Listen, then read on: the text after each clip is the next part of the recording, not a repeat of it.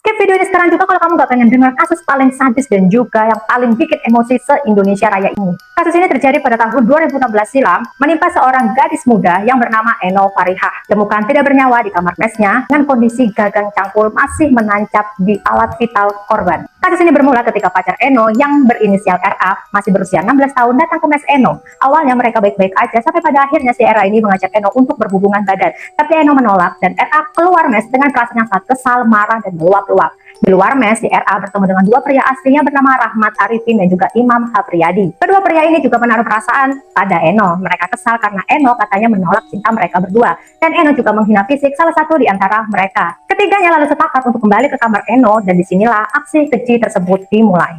Ketiga orang ini lalu mendobrak kamar mes Eno dan mereka lalu menyerang Eno dengan sangat keji, di mana bagian wajah Eno dan juga tubuhnya ini dipukuli oleh mereka bertiga dan kepala Eno dibenturkan ke tembok berkali-kali hingga Eno ini lemas dan juga tak berdaya. Eno lalu dibekap juga menggunakan bantal hingga Eno ini benar-benar lemas, tapi pada saat itu keadaannya Eno ini masih bernyawa ya guys. Setelah Eno dalam kondisi yang lemas, namun pada saat itu Eno masih bernyawa, ketiganya lalu bergantian melakukan pemerkosaan kepada Eno secara bergantian satu demi satu. Bahkan di antara pelaku, salah satunya ada yang mengulangi aksi bejatnya hingga berkali-kali. Takut nih kalau aksinya bakal diketahui oleh orang lain dan dilaporkan, mereka lalu mencari benda tajam untuk menghabisi nyawa Eno agar aksi bejat mereka bertiga tidak diketahui oleh orang lain dan Eno ini nggak melaporkan kelakuan mereka bertiga kepada orang lain.